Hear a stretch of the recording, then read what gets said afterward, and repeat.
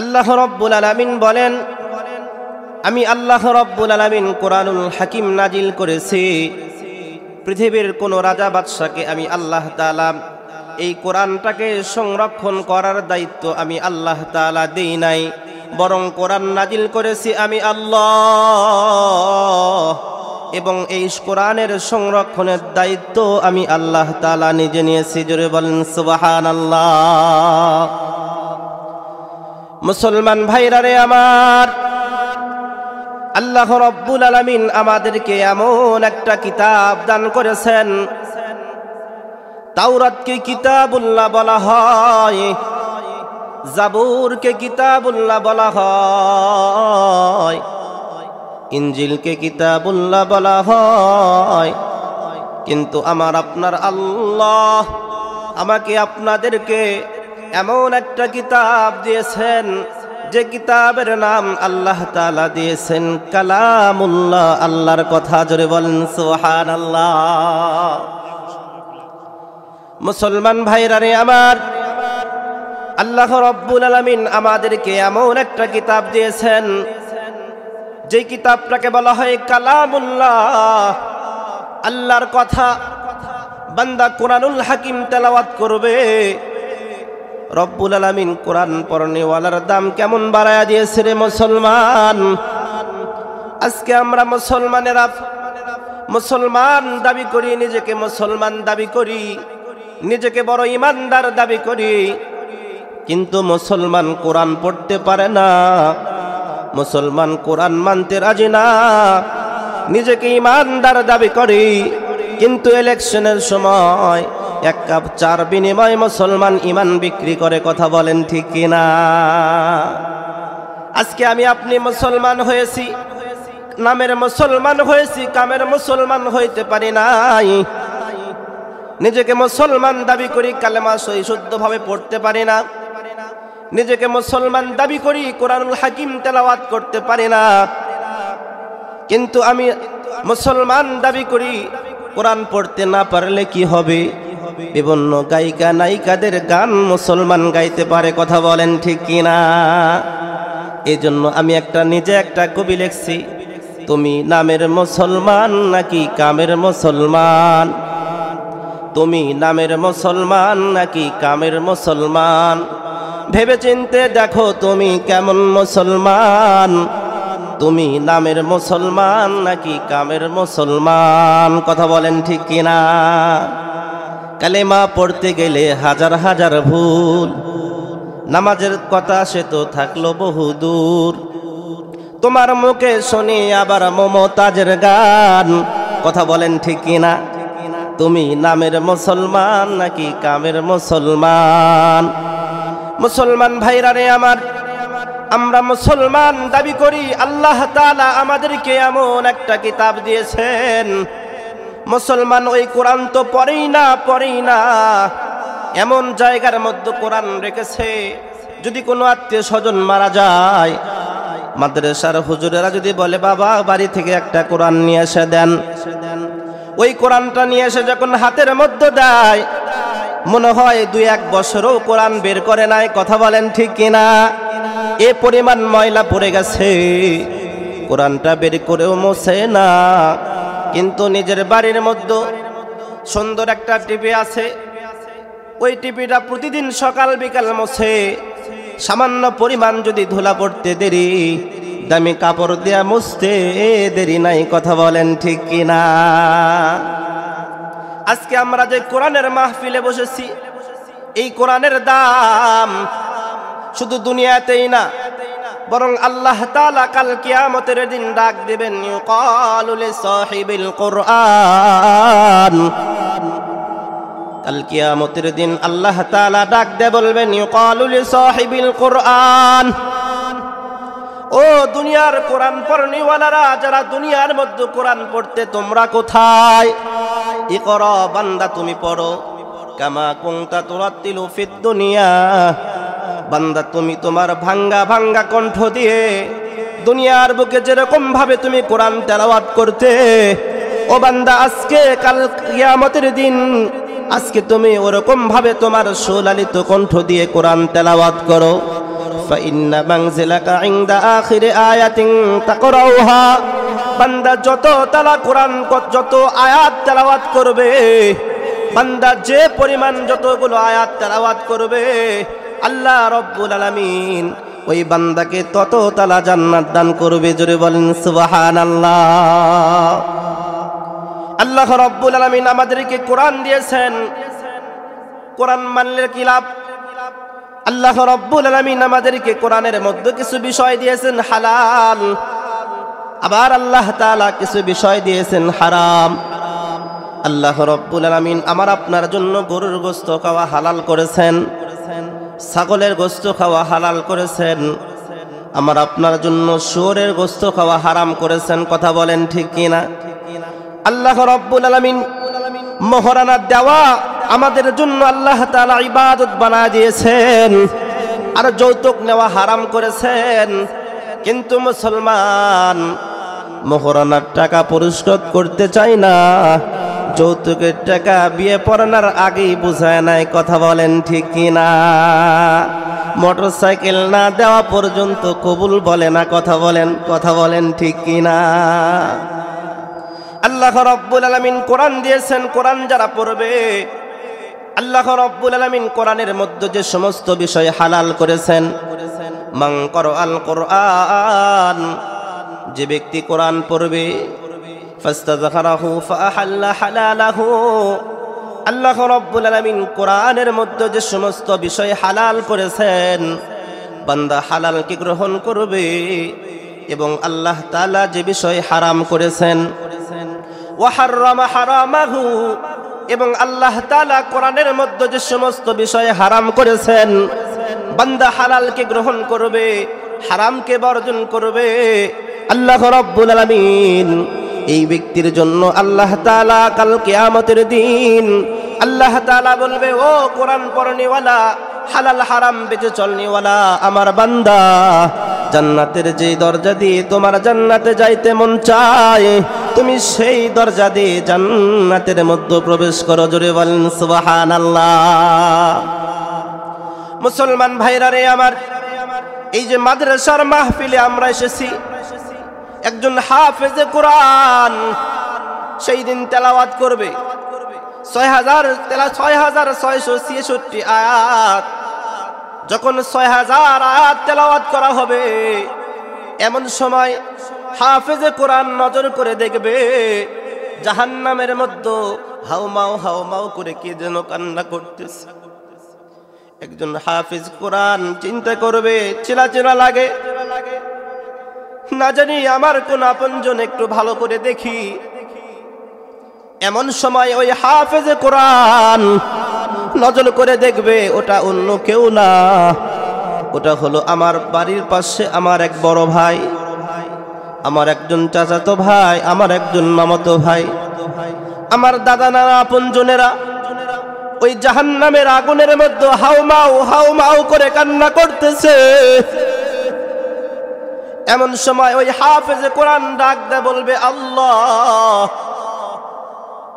আমাকে তুমি জান্নাতের মধ্যে 6000 তালা দিয়েছো, আমি তো আরো সামনের দিকে যাব, কিন্তু না না, আমি জাহান্নামের মধ্যে নজর করে দেখতেছি আমার আপনজনেরা জাহান্নামের আগুনের মধ্যে হাউমাউ করে কান্না করতেছে। আল্লাহ রাব্বুল আলামিনকে ডাক দে বলবে, হাফেজে কোরআন, ও আল্লাহ, আপনি যদি আমাকে, ওই ব্যক্তিকে, আমার ওই আপনজনকে জাহান্নাম থেকে মুক্তি করে না দেন, তাহলে আমি হাফেজ কোরআন এই মুহূর্তের মধ্যে জাহান্নামের মধ্যে নিক্ষেপ হব, আমি জাহান্নামের মধ্যে লাভ মেরে দিব। ও আল্লাহ, আপনি যদি আমার আপনজনদেরকে না বাঁচায় দেন, আমি হাফেজ কোরআন জাহান্নামের মধ্যে লাভ মারব। এমন সময় আল্লাহ রাব্বুল আলামিন ডাক দেয় বলবেন, না রে বান্দা, না, তোমার জাহান্নামের মধ্যে লাভ মারতে হবে না, তুমি হলো হাফেজ কোরআন। তুমি যদি জাহান্নামের মধ্যে লাভ মেরে দাও, জাহান্নামের আগুন লিভা যাবে, আর হাফেজে কোরআন জাহান্নামের মধ্যে লাফ মারবে, আমি আল্লাহ বরদাস্ত করতে পারবো না। আল্লাহু আকবার বলেন। সেই দিন আল্লাহ তাআলা বলবেন ওয়া শাফাআহু ফি আশরাতিন মিন আহলি বাইতিহি কুল্লুহুম কদ ওয়াজাবাত লাহুন নার। সেই দিন হাফেজে কোরআনরা যাদের জন্য জাহান্নাম ওয়াজিব হয়ে গেছে, জাহান্নামের ফেরেশতারা পায়ের মধ্যে শিকল লাগায়া জাহান্নামের দিকে হিসরা হিসরা নিয়ে যাচ্ছে। এমন সময় এই হাফেজে কোরআন এমন 10 জন জাহান্নামী ব্যক্তিকে শাফাত করে আল্লাহর জান্নাতে নিয়ে যাবে। জোরে বলেন সুবহানাল্লাহ। ও মুসলমান, তাহলে কোরআন শিক্ষা করার দরকার আছে না নাই? বিশ্বনবীজি জনাবে মুহাম্মদুর রাসূলুল্লাহ সাল্লাল্লাহু আলাইহি ওয়াসাল্লাম কি আল্লাহ তাআলা ওয়াজদা প্রেরণ করেন নাই, বরং আল্লাহ তাআলা বিশ্বনবীজিকে একটা দায়িত্ব দিয়েছিলেন। সেই দায়িত্বটা হলো আল্লাহ তাআলা যা নাজিল করবে এই নাজিলকৃত বাণী বান্দার দ্বারে দ্বারে পৌঁছে দেওয়া আল্লাহ তাআলা বিশ্বনবীজিকে প্রেরণ করেছেন এই উদ্দেশ্যে।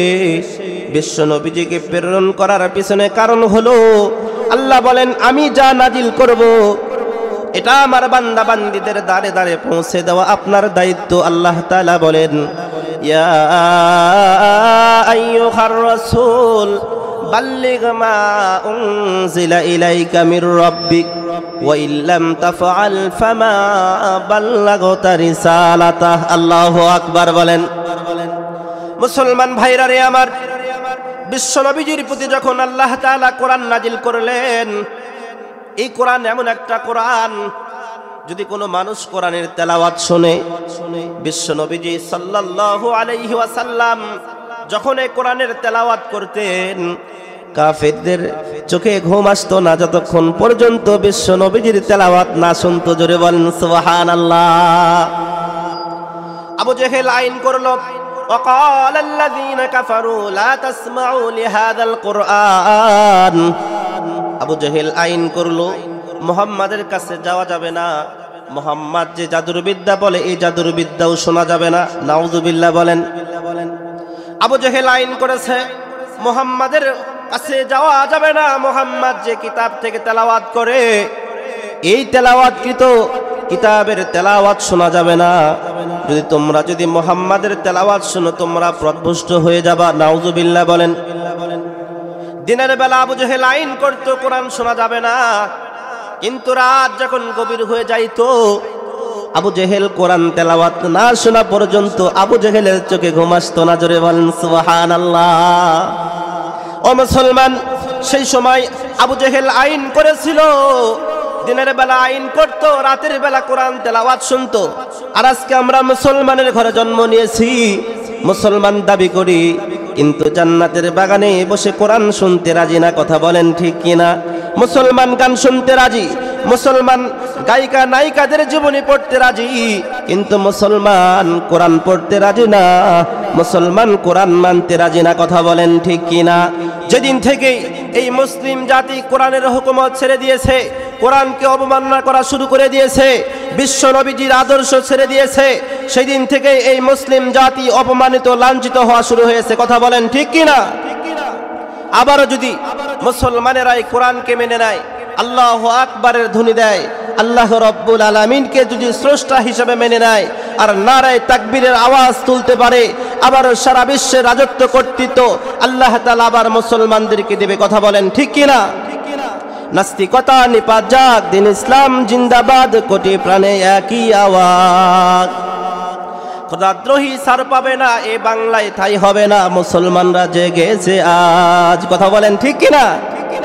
খোদাদ্রোহী সার পাবে না এ বাংলায়, ঠাই হবে না, মুসলমানরা জেগেছে আজ। চলো চলো সামনে চলো, বজ্রকণ্ঠে আওয়াজ তোলো, একই তালে সবাই মিলে দাও না স্লোগান, নারায়ে তাকবীর। হলো না ভাই? নারায়ে তাকবীর, লিল্লাহে তাকবীর, নারায়ে তাকবীর। মুসলমান ভাইরা রে আমার, আল্লাহ রব্বুল আলামিন আমাদেরকে যে কিতাব দিয়েছেন, আবু জেহেল দিনের বেলা আইন করতো কোরআন শোনা যাবে না, কিন্তু রাত্রে বেলা আবু জেহেল কোরআন তেলাওয়াত না শুনলে আবু জেহেলের চোখে ঘুম আসতো না। আবু জেহেল রাতের বেলা ঘুমাইতে যাইয়া শুধু ছটফট ছটফট করে। আবু জেহেলের স্ত্রী ডাকতে বলে, স্বামী কি ব্যাপার, তুমি কেন এরকম করতেছো? বলতেও পারে না, যদি বলি তাহলে নেতাগিরি থাকবে না। এবার আবু জেহেল চিন্তা করে, কি ব্যাপার, আমার স্ত্রী কেন ঘুমাই না? আবু জেহেলের স্ত্রী একটু ঘুমের ভান করছে। মুহূর্তের মধ্যে দেখে আবু জেহেল আস্তে করে ওঠে, চোরের মতো উঠে আস্তে আস্তে মসজিদে নববীতে চলে গেছে। জোরে বলেন সুবহানাল্লাহ। ঘরের বউ পেছনে পেছনে যায়, ডাকতে বলে, কি ব্যাপার? বলতেছি, কি বলবো, সত্য কথা যদি বলি তাহলে আমার নেতাগিরি থাকবে না। কিন্তু রাত যখন গভীর হয়ে যায়, আমার ভাতিজা মুহাম্মাদের কোরআন তেলাওয়াত না শুনলে আমি আবু জেহেল আমার চোখে ঘুম আসে না। জোরে বলেন সুবহানাল্লাহ। মুসলমান ভাইরা রে আমার, আবু জেহেল তুফাইল বিন আমর দাউসি রাদিয়াল্লাহু তাআলা আনহু একজন যুবক সাহাবী। চিন্তা করলেন, যেরকম ভাবে মুহাম্মাদের কাছে মানুষটি কালমা পড়ে মুসলমান হইতেছে, যুবকেরা যদি মুহাম্মাদের কাছে যায় আর যদি সমস্ত যুবকেরা মুহাম্মাদের দলে চলে যায়, তাহলে আমি আবু জেহেল আমার আর নেতাগিরি থাকবে না। আজকে যদি যুবকেরা আল্লাহু আকবারের ধ্বনি তোলে, বাংলার জমিনে যে কয়টা নাস্তিক আছে, এই কয়টা নাস্তিকও পালানোর রাস্তা খুঁজে পাবে না। কথা বলেন ঠিক কিনা? আমার যুবকেরা আজকে ওয়াজ শুনবে না, কিন্তু যুবকেরা আজকে রাতের জন্য প্রস্তুতি নিচ্ছে। কথা বলেন ঠিক কিনা? যুবকেরা আজকে মোবাইল টিপতেছে, ফেসবুক আর মেসেঞ্জার নিয়ে ব্যস্ত। ও যুবক, তুমি মনে করতেছো যে আমার এটাই জিন্দেগি, এটাই আমার লাভ? না, একসঙ্গে ঘোরাফেরা করতে রোড অ্যাক্সিডেন্ট হয়ে মারা গেছে তোমার বন্ধু, আজকে সে কবরে, তুমি আজকে দুনিয়ায়। কবে তোমার হুঁশ ফিরবে? তুমি মোবাইল নিয়ে ব্যস্ত আছো, এই মুহূর্তেই তো আজরাইল এসে তোমার রূহটা বের করে নিয়ে যাইতে পারে। পারে কি পারে না বাবা? কথা বলেন। মুসলমান ভাইরা রে আমার, আবু জেহেল তুফাইল বিন আমর তার কাছে চলে গেলেন গভীর রাত্রিতে। এবার ডাক দেয়া বলতেছে, রে তুফাইল, ঘরের দরজা খোলো। তুফাইল দরজা খুললেন, দেখতেছেন মক্কার বড় বড় সকল নেতারা চলে আসছে। ডাক দেয়া বলতেছে, নেতা কি ব্যাপার, আপনারা সকলে একসঙ্গে কেন? বলতেছে, তোমার কাছে আমরা একটা বিষয় জানানোর জন্য আসছি। তুমি জানো নি মুহাম্মাদের ব্যাপারে? সে নতুন ধর্মের একটা আবিষ্কার করেছে। সে নিজেই কি যেন আবিষ্কার করে, আর কোরআনুল কারীম বলে তেলাওয়াত করে করে মানুষদেরকে তার দলে নেওয়ার চেষ্টা করতেছে। আমরা তোমার ভালোর জন্য আসছি, তুমি মুহাম্মাদের কাছে যাবে না, মুহাম্মদ যা বলবে সেটাও শুনবে না। আবু জেহেল চিন্তা করতেছে, যদি যুবকেরা ইসলামের দিকে চলে যায়, যুবকেরা যদি মুহাম্মাদের দলে যোগ দেয়, তাহলে আবু জেহেলের আর নেতাগিরি থাকবে না। তুফাইল বিন আমর তেনাকে ডাক দে বলতেছে, রে তুফাইল, মুহাম্মাদের কাছে তুমি যাবা না, মুহাম্মাদের তেলাওয়াত তুমি শুনবা না। এবার আবু জেহেলকে ডাক দে বলতেছে, নেতাজি, সে যদি জোরে জোরে তেলাওয়াত করে আর আমি তো অবশ্যই শুনতে পারবো। সুবহানাল্লাহ বলেন। আলহামদুলিল্লাহ, আমাদের পণ্ডিতপুকুর হাই স্কুলের হেডমাস্টার 500 টাকা, জোরে বলেন মারহাবা। অ্যাসিস্ট্যান্ট হেডমাস্টার, আল্লাহ তাআলা তিনার দানকে কবুল করে নিক, সকলে বলে আমিন। মুসলমান ভাইরা রে আমার, আবু জেহেল চিন্তা করলো, তুফাইল বিন আমর এ যদি ইসলামের দিকে চলে যায়, তাহলে সমস্ত যুবকেরা আর পিছনে লাইন ধরবে। আমি যতই চিল্লাই আমার কথা আর কেউ শুনবে না। তুফাইল বিন আমর ডাক দে বলতেছে, নেতাজি, ও নেতা, মুহাম্মদ যদি জোরে জোরে পড়ে আমি তো কান দিয়ে শুনতে পারবো, তাহলে কি করব? আবু জেহেল বলতেছে, তুমি কান দিয়ে শুনতে পারবা না, যাতে করে শুনতে না পাও তার জন্য আমি পকেটে করে তুলে নিয়ে আসছি।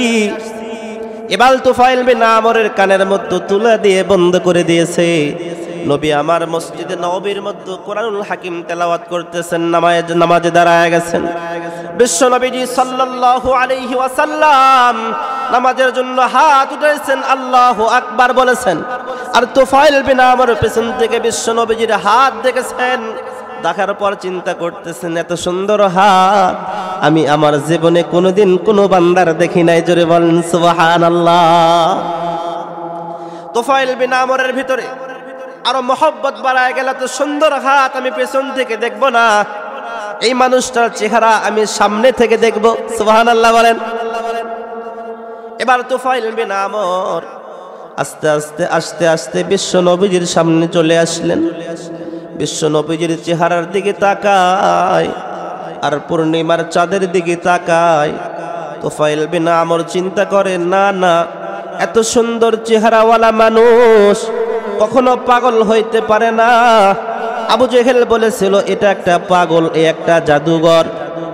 না না, এত সুন্দর মানুষ তো কখনো পাগল হইতে পারে না। জোরে বলেন সুবহানাল্লাহ। আমার নবী যে পাগল নয়, এটা আল্লাহ তাআলা সূরাতুল কলমের মধ্যে বলেন, নুন ওয়াল কলামি ওয়া মা ইয়াসতুরুন মা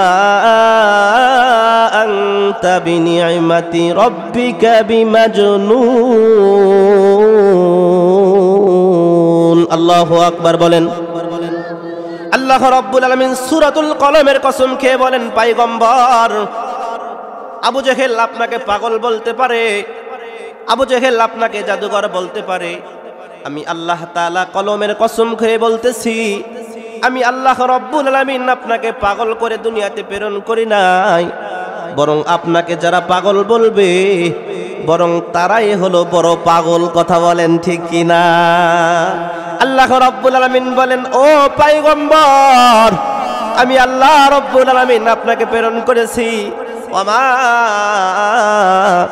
আরসালনাকা ইল্লা রাহমাতাল লিল আলামিন। আল্লাহু আকবার বলেন। আল্লাহ রাব্বুল আলামিন জানায়া দিলেন, পয়গম্বর, আমি আল্লাহ হলাম রব্বুল আলামিন, আর আমি আল্লাহ তাআলা আমার দোস্ত মুহাম্মাদুর রাসূলুল্লাহ সাল্লাল্লাহু আলাইহি ওয়াসাল্লামকে সারা জগতের জন্য আমি আল্লাহ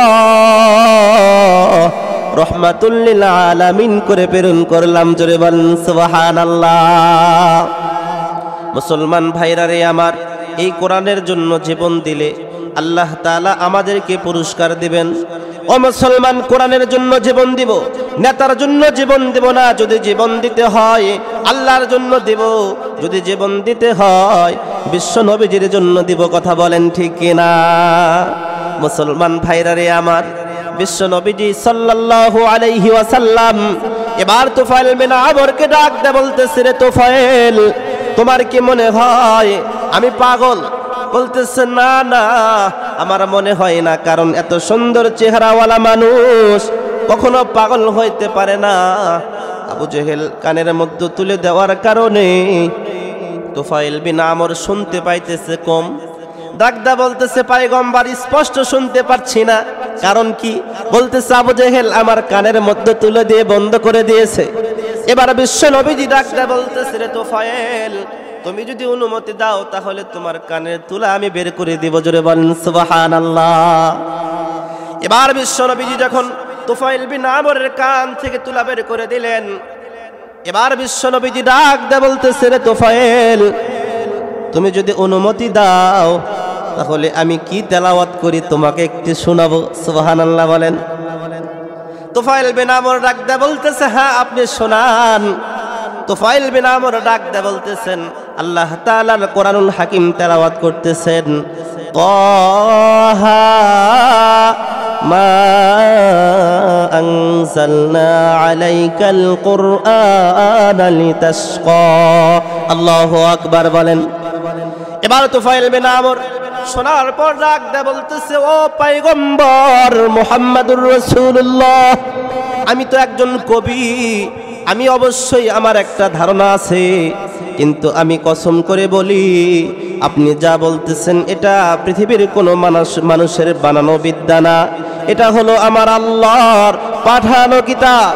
ও পয়গম্বর, আমি আর অন্য কোনো ধর্মে থাকতে চাই না, আমারে পড়ায় দেন লা ইলাহা ইল্লাল্লাহু মুহাম্মাদুর রাসূলুল্লাহ সাল্লাল্লাহু আলাইহি ওয়াসাল্লাম। একটু জিকির করি, লা ইলাহা ইল্লাল্লাহ সকলে জবান খুলি ভাই, আল্লাহকে ডাকলে কি বকিলতা হবে?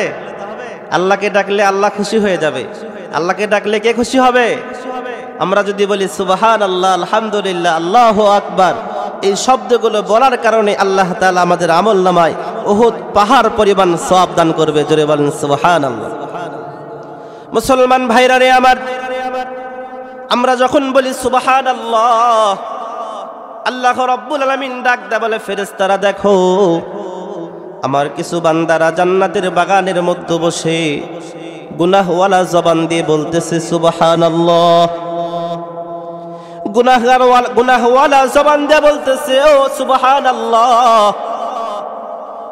আমার বান্দা হলো গুনাহগার, কিন্তু তাদের গুনাহওয়ালা জবান দিয়ে সাক্ষ্য দিতেছে আমি আল্লাহ পবিত্র। ও ফেরেশতারা তোমরা সাক্ষী থাকো, আমার যে সমস্ত বান্দারা জান্নাতের প্যান্ডেলের মধ্যে বসে কোরআন এবং হাদিস থেকে আলোচনা শোনার জন্য, নিজের জিন্দেগির গুনাহ খাতা মাফ করে নেওয়ার জন্য ওই জান্নাতের বাগানের মধ্যে বসে ইস্তিগফার করবে, খালেস দিলে তওবা করবে, আমার গুনাহগার বান্দারা আমাকে সুবহানাল্লাহ বলেছে, আমি আল্লাহ পবিত্র ঘোষণা করেছে।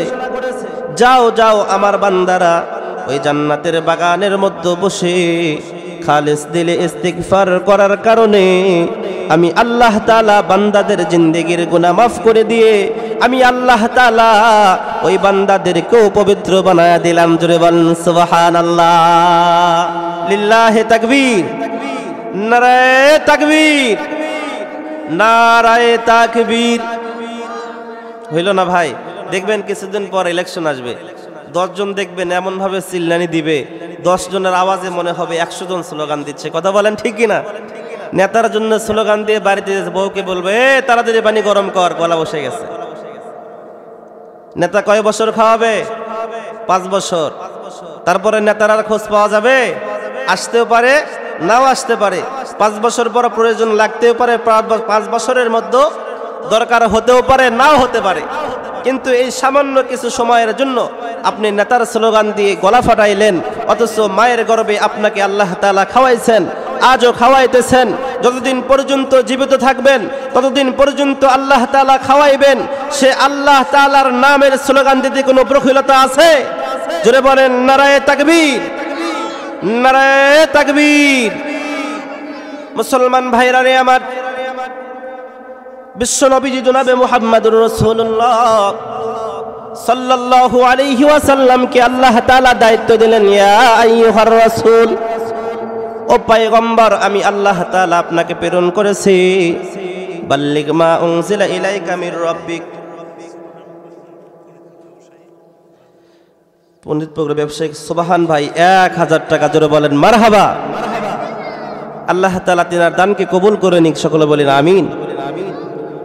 আল্লাহ রাব্বুল আলামিন বিশ্ব নবীজিকে ডাক দিয়ে বললেন, ইয়া আইয়ুহার রাসূল, ও পয়গম্বর আমি আল্লাহ রাব্বুল আলামিন আপনাকে ওয়াজাদা প্রেরণ করি নাই, বাল্লিগ মা উনজিলা ইলাইকা মির রাব্বিক, বরং আমি আল্লাহ রাব্বুল আলামিন আপনাকে প্রেরণ করেছি, আমি আল্লাহ তাআলা যা নাজিল করব এই নাজিলকৃত বাণী বান্দার দ্বারে দ্বারে পৌঁছে দেওয়া আপনার দায়িত্ব। জোরে বলেন সুবহানাল্লাহ। এই জন্য তো বিশ্ব নবীজি মক্কাতে যখন কোরআনের দাওয়াত দেওয়া শুরু করলেন, মক্কার মানুষেরা বিশ্ব নবীজির দাওয়াত গ্রহণ করলো না।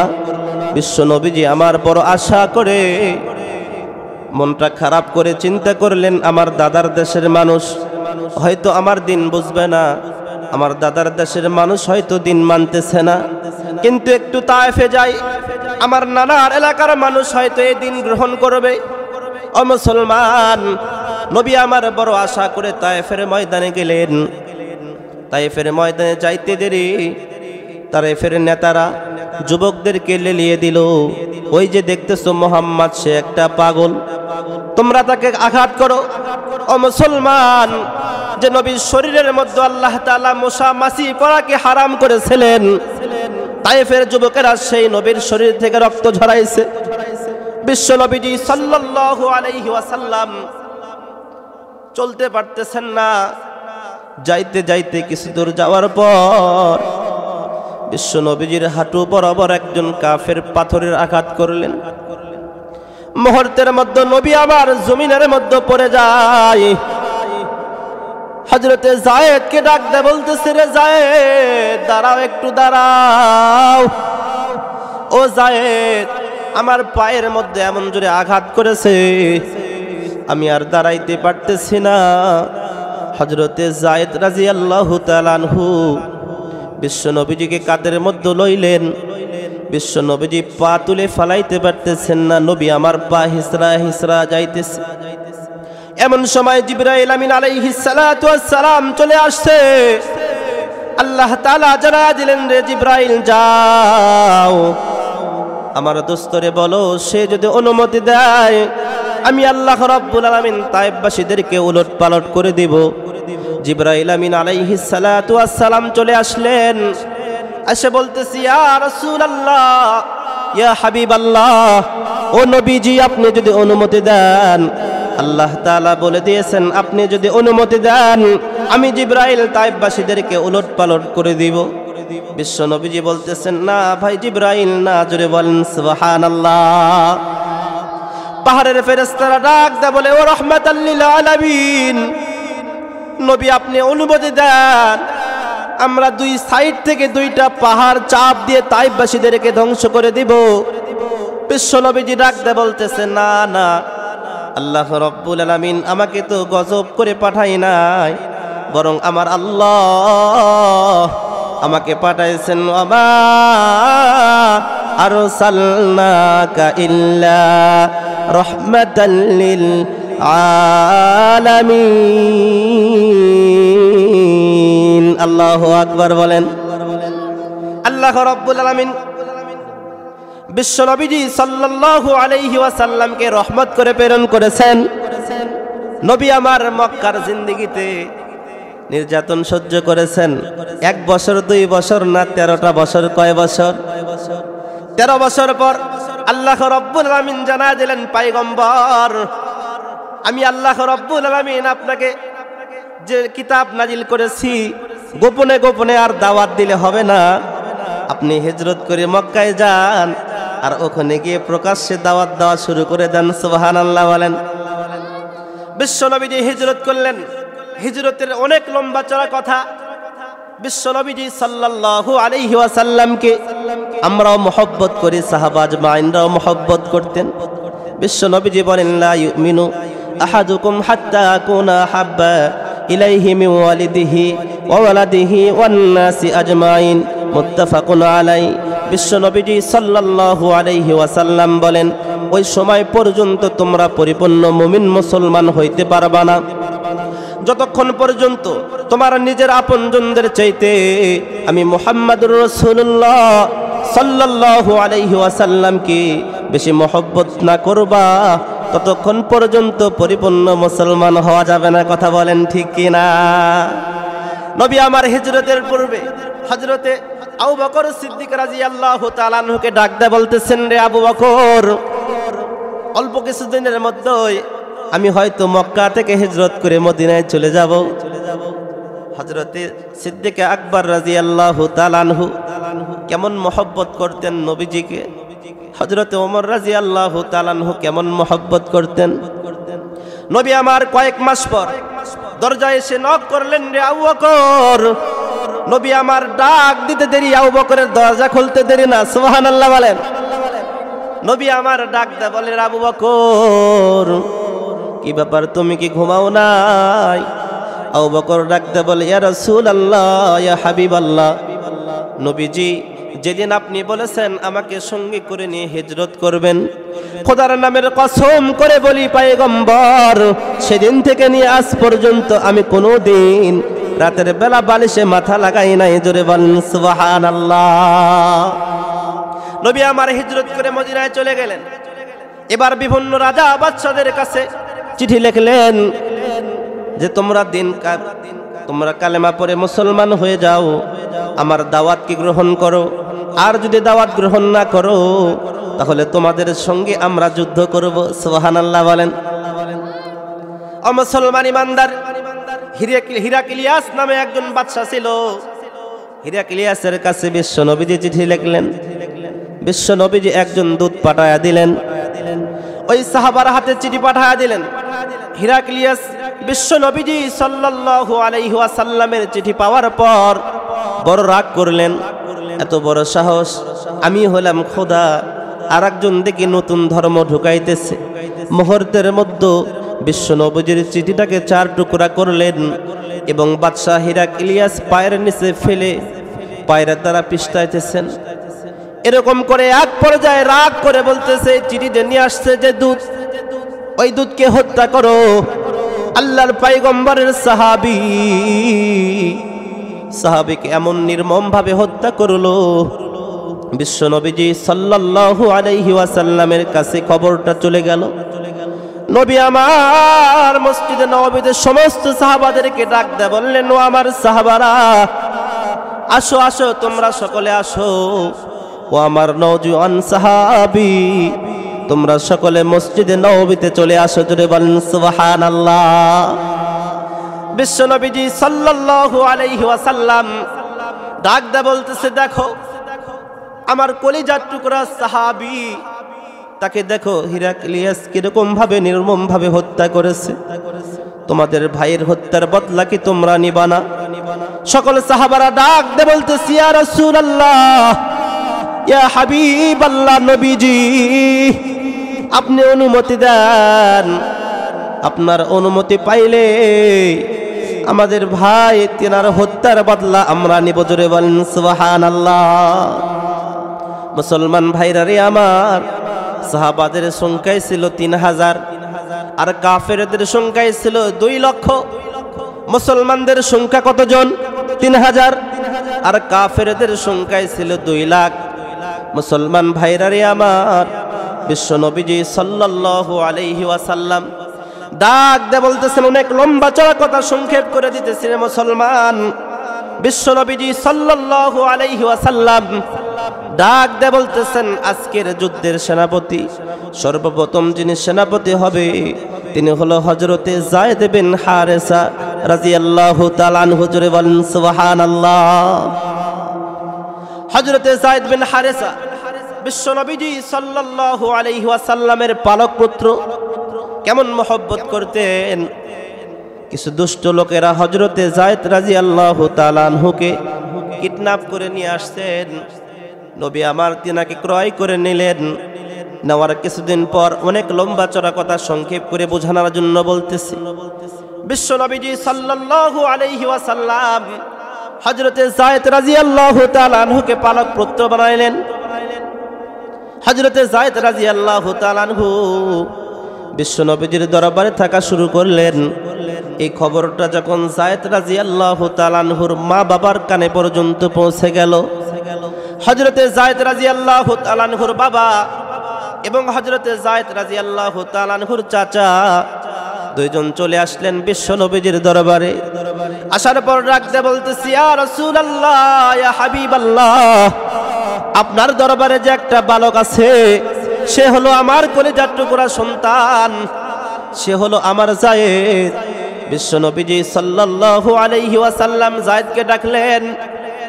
হযরতে যায়েদ রাদিয়াল্লাহু তাআলা আনহু বাবার সামনে আসলেন। বাবার সামনে আসার পর হাউমাউ করে বাবা কান্না করতেছে। হযরতে যায়েদ রাদিয়াল্লাহু তাআলা আনহু কান্না করতেছে। এক পর্যায়ে ডাক দেয়া বলতেছে, পয়গম্বর, যায়েদের মা খানা দেওয়া বন্ধ করে দিয়েছে। আমার যায়েদকে এক নজর দেখার জন্য পাগল হয়ে গেছে। ও মুসলমান ইমানদার, একজন মা যারে তার সন্তান যদি হারায় যায়, হারানো সন্তানের ব্যথা কেমন একজন মা জানে। আমাদের মধ্যে যদি কারো কলিজার টুকরা সন্তান কবরে যেয়ে থাকে, একজন বাবা জানে একজন সন্তান হারানো ব্যথা কেমন। হযরতে রাসূল মাকবুল সাল্লাল্লাহু আলাইহি ওয়াসাল্লাম ডাক দেয়া বলতেছে, রে যায়েদ, তোমাকে আমি অনুমতি দিয়ে দিলাম। তুমি চাইলে তোমার বাবার সঙ্গে যাইতেও পারো, তুমি চাইলে তুমি আমার দরবারে থাকতেও পারো। জোরে বলেন সুবহানাল্লাহ। হযরতে যায়েদ ডাক দেয়া বলতেছে, ও আব্বা, আমি এই মুহাম্মাদুর রাসূলুল্লাহ সাল্লাল্লাহু আলাইহি ওয়াসাল্লামের দরবারে যেদিন থেকে এসেছি, সেদিন থেকে আমি বাবার আদর পেয়েছি, সেদিন থেকেই আমি মার আদর পেয়েছি। জোরে বলেন সুবহানাল্লাহ। ডাকতে বলতেছে, আব্বা আমি আপনাদের সঙ্গে যাব না, বরং আমি মুহাম্মাদুর রাসূলুল্লাহ সাল্লাল্লাহু আলাইহি ওয়াসাল্লামের দরবারে থেকে যাব। জোরে বলেন সুবহানাল্লাহ। নবী আমার চোখের পানি ছেড়ে দিয়ে হযরতে যায়েদ রাদিয়াল্লাহু তাআলা আনহুর হাত ধরলেন, এক দৌড়ে সাফা পাহাড়ের উপর দাঁড়ায়া বিশ্ব নবীজি ডাক দেয়া বলতেছে, রে আরবের লোকেরা, তোমরা তো বলতে যায়েদ আমার গোলাম, আজকে থেকে আমি মুহাম্মাদুর রাসূলুল্লাহ সাল্লাল্লাহু আলাইহি ওয়াসাল্লাম ঘোষণা দিলাম, যায়েদ আমার গোলাম না, যায়েদ হলো আমার পুত্র। জোরে বলেন মারহাবা। মুসলমান ভাইরা রে আমার, প্রথম নম্বর সেনাপতি বানাইলেন হযরতে যায়েদ রাদিয়াল্লাহু তাআলা আনহু, হযরতে যায়েদ বিন হারেসা। এরপরে 2 নম্বর ডাক দে বলতেছে, যদি যায়েদ শহীদ হয়ে যায় 2 নম্বরের দায়িত্ব পালন করবে হযরতে যায়েদ, হযরতে জাফর বিন আবু তালিব। সুবহানাল্লাহ বলেন। বিশ্ব নবীর চাচাতো ভাই নবী আমার ডাক দে বলতেছে, যদি যায়েদ বিন হারেসা শাহাদাত বরণ করে 2 নম্বরের দায়িত্ব পালন করবে হযরতে জাফর বিন আবু তালিব। ও মুসলমান ইমানদার আল্লাহর গোলাম, আমি যে কথাটি বুঝাইতে চাইছিলাম, আল্লাহ রাব্বুল আলামিন কোরআন নাজিল করেছেন, কোরআন সংরক্ষণের দায়িত্ব আল্লাহ নিয়েছেন। বিশ্ব নবীকে আল্লাহ তাআলা একটা উদ্দেশ্যে প্রেরণ করেছেন, সেই উদ্দেশ্যটা হলো মা উনজিলা ইলাইকা মির রাব্বিক, রবের পক্ষ থেকে যা নাজিল হবে এটা মানুষের দ্বারে দ্বারে পৌঁছে দেওয়া নবীর দায়িত্ব। কথা বলেন ঠিক কিনা? এবার বিশ্ব নবীজি ডাক দেয়া বলতেছে, প্রথম নম্বর হযরতে যায়েদ বিন হারেসা, যদি যায়েদ বিন হারেসা দুনিয়া থেকে চিরবিদায় নিয়ে চলে যায়, শাহাদাত বরণ করে, 2 নম্বর জাফর বিন আবু তালিব, 3 নম্বর হচ্ছে হযরতে আব্দুল্লাহ বিন রওহা, 3 জন যদি শাহাদাত বরণ করে, 4র্থ নম্বর একজন সে ইসলামের ঝান্ডা হাতে রাখবে, যুদ্ধ করবে। জোরে বলেন সুবহানাল্লাহ। ইসলামের বিজয় ছিনিয়ে নিয়ে আসবেন। জোরে বলেন সুবহানাল্লাহ। সাহাবা আজমাইনরা চিন্তা করলেন যে আল্লাহর পয়গম্বর যুদ্ধের জন্য যাদেরকে প্রতিনিধি বানাইতেন 1 জন করে বানাইতেন, কিন্তু আজকে 3 জন কেন নিযুক্ত করলেন? কারণ হলো আমরা 3 জনই আর দুনিয়ার বুকে থাকব না, আমরা যুদ্ধের ময়দানে শাহাদাত বরণ করব। একজন আরেকজনের চেহারার দিকে তাকায়, বিশ্ব নবীজি লক্ষ্য করে দেখেন তাদের চেহারার মধ্যে কোনো ভয়ের ছাপ নাই। সুবহানাল্লাহ বলেন। মুসলমানেরা ভয় করে কাকে? কথা বলেন, মুসলমান ভয় করবে কাকে? মুসলমান রবকে ভয় করবে।